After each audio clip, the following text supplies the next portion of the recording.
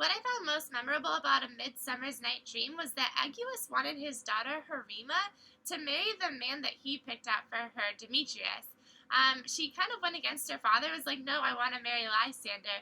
And I thought it was very interesting that her father did not want to listen to his daughter and actually took her to the king and asked her to be executed for her going against her father because that was Athenian law.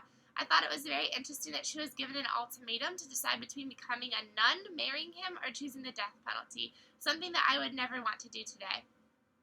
Three main points of tension that are found in this play would first be Harima versus her father, as I had just explained. This is because it really moves the plot forward. Without having her daughter going against his daughter going against himself, the plot would have never moved forward, and Lysander and Harima would have never snuck off into the woods. And I think it's just a very important conflict throughout the play.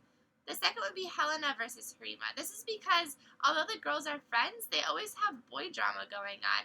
Originally, Demetrius liked Helena, and now he's into Harima. And the same thing happens with Lysander after he's given the love potion. He falls in love with Helena. And Harima's mad, and I would be too.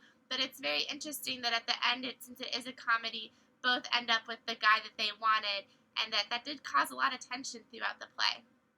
A third point of conflict would be man versus nature. This is kind of coming in with our fairy Puck. This is because he's really controlling the fate of the play, in my opinion. We have these mortal men over here who are falling in love with the women, and then we have Puck who's kind of changing this all up and making them fall in love with different people. And without this point of conflict, the play would really lose a lot of its comedy that we have going on. The role of theater in this play is very interesting, especially because Shakespeare has a theater within the theater. However, I think that the play that the mechanics are doing throughout doesn't really add very much to the plot of the story. I thought that the love interest was what's much more interesting. However, I think Shakespeare was trying to politically put in some of his own ideas through this technique. This is because back in his day, theater was not a prized profession to have, and actors were kind of frowned upon. And I think Shakespeare was really trying to show that through the mechanics and their poor acting, that the audience saw what poor acting was like, and then they would then realize what good acting was, and that it is a profession that is worthy. The gender roles depicted in this play are very interesting. This is because the Athenian women, in particular Helena and Hermia, are really going against the normal gender roles at the time.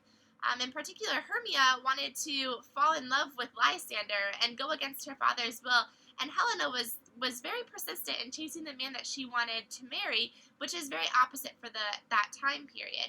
However, in the woods, it's kind of different because the king and the queen were in a big fight because she did not want to give up her Indian servant, so he made her fall in love with a boar's head man named Bottom, which he won in the ending, which kind of plays with traditional gender roles. However, having men still play women's roles in the Shakespearean play, I think kind of defeats the purpose that Shakespeare was going for.